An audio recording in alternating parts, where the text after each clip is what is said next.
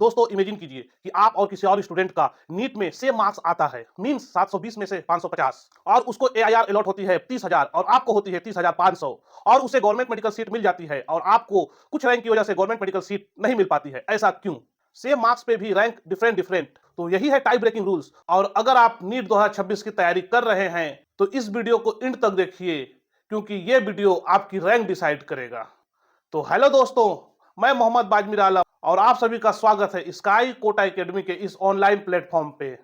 तो दोस्तों, नीट 2026 में एक बहुत ही बड़ा बदलाव हुआ है, बहुत ही बड़ा चेंजिंग हुआ है, और यही चेंजिंग है टाई ब्रेकिंग रूल्स। और आज की इस वीडियो में हम बात करेंगे टाई ब्रेकिंग रूल्स के बारे में कि इसमें रैंक कैसे डिसाइड होती है। तो डिटेल से समझेंगे इस रूल्स को। उससे पहले अगर आप हमारे चैनल पर नए हैं तो चैनल को अभी सब्सक्राइब कर लीजिए। वीडियो अगर अच्छा लगे तो वीडियो को लाइक कीजिए, दोस्तों को शेयर कीजिए और कमेंट में आप अपनी राय जरूर दें। तो आइए देखते हैं दोस्तों, टाई ब्रेकिंग रूल्स। रैंक कैसे तय होती है जब मार्क्स समान होते हैं? तो हम लेकर के आए हैं, आइए समझते हैं। ये देखिए दोस्तों, कोई एक स्टूडेंट ए है और एक स्टूडेंट बी है, लेकिन दोनों के सेम मार्क्स आते हैं 525 525। सेम मार्क्स लेकिन डिफरेंट रैंक। देखिए, एक का जैसे आया 525 तो उसका 32,000 रैंक है, उसको मेडिकल सीट अलॉट हो जाती है। एक बच्चे का रैंक आया 32,500, सेम मार्क्स है लेकिन 32,500, इसको मेडिकल सीट नहीं मिल पाती है। ऐसा क्यों? ये देखिए, पिछले वर्षों में देखा गया कि एक ही स्कोर जैसे 525 पर हजारों बच्चों की रैंक अलग अलग होती है। टाई ब्रेकिंग के नियमों को न समझना आपके सिलेक्शन को प्रभावित कर सकता है। यही है दोस्तों टाई ब्रेकिंग नियम, कि जब सेम मार्क्स पे आपका रैंक कैसे डिसाइड होगा। और वही होता है कि अगर आपका रैंक थोड़ा ज्यादा हुआ तो आपको गवर्नमेंट मेडिकल सीट नहीं मिल सकती, जो हमने पिछले साल देखा। आइए समझते हैं इसको। ये देखिए, तो टाई ब्रेकिंग नियम के जो मेन 8 पॉइंट है, सबसे पहले क्या है? सबसे पहले आपका बायोलॉजी मार्क्स चेक होगा, देन उसके बाद केमिस्ट्री मार्क्स, उसके बाद फिजिक्स मार्क्स, देन उसके बाद ओवरऑल एक्यूरेसी, देन उसके बाद biology accuracy, chemistry accuracy, physics accuracy and computerised lottery.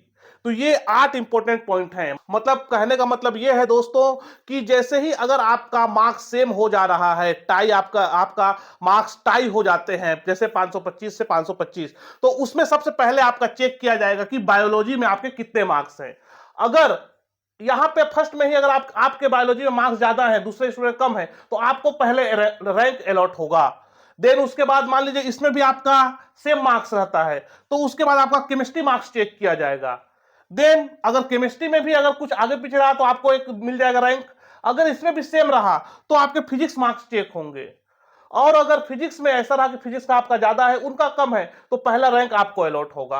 अगर यहां पे भी टाई रहा तो फिर आपके ओवरऑल एक्यूरेसी चेक किया जाएगा कि बायो फिजिक्स केमिस्ट्री में आपका कितना गलत हुआ है, कम से कम गलती, जिसका कम गलत हुआ होगा उसको पहले रैंक अलॉट किया जाएगा। अगर यहां पे भी अगर आपका टाई होता है, सेम आपके भी 10 गलत होते हैं, अगला का भी 10 गलत होता है, मतलब यहां पे भी टाई हो गए, तो उसमें आपका बायोलॉजी एक्यूरेसी चेक किया जाएगा। मतलब पहले बायोलॉजी में कितना गलत हुआ उसको चेक किया जाएगा। अगर आपका बायोलॉजी में 5 गलत है, अगला का 7 गलत है, तो आपको पहले, मतलब कम से कम गलती होना चाहिए, आपको पहले रैंक अलॉट होगा। अगर उसमें भी टाई होता है तो केमिस्ट्री एक्यूरेसी आपकी चेक की जाएगी। और अगर केमिस्ट्री में भी सेम रहता है तो आपकी फिजिक्स एक्यूरेसी चेक की जाएगी। और यहां तक कि अगर यहां से भी ये 7 पॉइंट अगर होने के बावजूद भी अगर आपका टाई रहता है मार्क्स, तो आपके कंप्यूटराइज लॉटरी बेसिस पे होंगे। मतलब आपका लॉटरी निकाला जाएगा, रैंडमली आपको लॉटरी सिस्टम से आपको यहां पे सिलेक्ट किया जाएगा, देन आपके रैंक डिसाइड होंगे। तो ये है दोस्तों टाई ब्रेकिंग रूल्स के मेन इंपॉर्टेंट पॉइंट। तो कहने का मतलब यह है कि आपको सबसे ज्यादा मार्क्स बायो में लाने हैं। अगर आपको अपना रैंक अच्छा लाना है तो आपको बायोलॉजी में मार्क्स ज्यादा लाने होंगे और गलती भी कम करनी होंगी, तब जाकर के आपको अच्छा रैंक अलॉट होगा। अगर टाई ब्रेकिंग होता है, अगर आपके मार्क्स टाई होते हैं तो उसी के लिए है दोस्तों कि आप अपना बायोलॉजी को जितना ज्यादा हो सके उतना ज्यादा अटेम्प्ट कीजिए और सही सही बनाइए।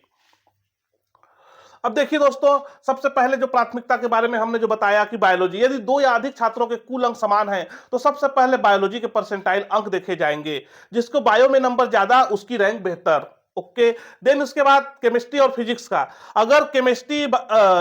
अगर बायो में नंबर भी समान है तो केमिस्ट्री का पहले चेक किया जाएगा। मतलब पहले आपको बायो करना है, फिर केमिस्ट्री में अच्छा ज्यादा मार्क्स करना है। और अगर केमिस्ट्री में भी टाई रहा तो फिर आपका फिजिक्स मार्क्स चेक किए जाएंगे। मतलब प्रायोरिटी ऑर्डर अगर अपन देखें तो बायो, केमिस्ट्री और फिजिक्स, तो यही है दोस्तों कि पहले आपको बायो में अच्छा मार्क्स लाने हैं, फिर केमिस्ट्री में, देन आप फिजिक्स को सबसे नीचे में रखिए। जब तीनों विषयों के मार्क्स समान हैं, तब आपका एक्यूरेसी चेक किया जाएगा, यानी जिसने कम तुक्के लगाए और कम गलती की उसको जो है प्राथमिकता मिलेगी, प्रायोरिटी दिया जाएगा। और इसके बाद अगर अगर ऐसा भी रहता है कि अगर आपके सबके सेम रहते हैं, तो सभी विषयों को मिलाकर जिस छात्र ने कम गलत किए, मतलब इनकरेक्ट आंसर जिनका कम हुआ, तो उसकी रैंक ऊपर होगी, जैसे मैं आपको पहले बता दिया हूं।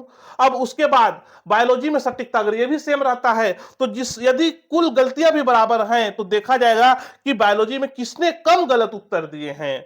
मतलब आपका अगर कम गलत है तो आपका रैंक ज्यादा होगा। देन उसके बाद अगर यहां पे भी अगर आपका इक्वल होता है, टाई होता है, तो केमिस्ट्री और फिजिक्स में आपका देखा जाएगा एक्यूरेसी। इसके बाद केमिस्ट्री में कम गलत उत्तरों को देखा जाएगा, देन उसके बाद फिजिक्स में भी कम गलत उत्तर को देखा जाएगा। तो कहने का मतलब यह है कि आपको एक्यूरेसी भी मेंटेन करके चलना है और आपको हायर नंबर भी लाने हैं। अब यहां पे अगर आपका 7 नंबर तक सब कुछ सेम रहता है, तो आपको लॉटरी सिस्टम से, यदि 7 नियम जो है अगर इसमें भी टाई बरकरार रहता है, तो कंप्यूटर द्वारा रैंडम लॉटरी से रैंक दी जाएगी, इसमें कोई मानवीय हस्तक्षेप नहीं होगा। तो ये है दोस्तों आपका टाई ब्रेकिंग नियम। एक बार फिर से अपन संक्षेप में समझते हैं। सबसे पहले आपको बायोलॉजी में हाई मार्क्स लाना है, फिर आपके केमिस्ट्री में होने चाहिए, फिजिक्स में फिर टोटल लेस इनकरेक्ट आंसर, फिर bio less incorrect answer, chemistry less incorrect answer, physics less incorrect answer and lottery system. तो ये है दोस्तों, आपको ऐसा करना है। अब इसमें अब इसके लिए स्ट्रेटजी की अगर हम बात करें, तो हाई एक्यूरेसी, तुक्के लगाने से बचना है, गलत उत्तर रैंक को दोगुना नुकसान पहुंचाते हैं। फिर मास्टर बायोलॉजी, यह सबसे बड़ा रैंक डिसाइडर है। बायो में स्कोर और सटीकता दोनों जरूरी है, मतलब आपको हाई स्कोर भी लाना है और एक्यूरेसी भी मेंटेन करने हैं। और सब्जेक्ट सीक्वेंस तैयारी में बायो पहले करना है आपको, केमिस्ट्री और फिजिक्स के क्रम में परफेक्शन लाए। मतलब कहने का मतलब यह है कि आपको बायोलॉजी में अच्छा मार्क्स आना चाहिए, इन उसकी एक्यूरेसी भी सही होनी चाहिए, केमिस्ट्री में अच्छा मार्क्स आना चाहिए, उसकी एक्यूरेसी सही होनी चाहिए, देन आपका फिजिक्स का होना चाहिए। तो ये है दोस्तों आपका नया टाई ब्रेकिंग रूल्स, और ये था जो बड़ा बदलाव हुआ है नीट में, ही वीडियो आप लोग के सामने मैं पेश किया हूं। अगर वीडियो अच्छा लगा तो लाइक कीजिए, दोस्तों को शेयर कीजिए और कमेंट करके जरूर बताएं। जय हिंद।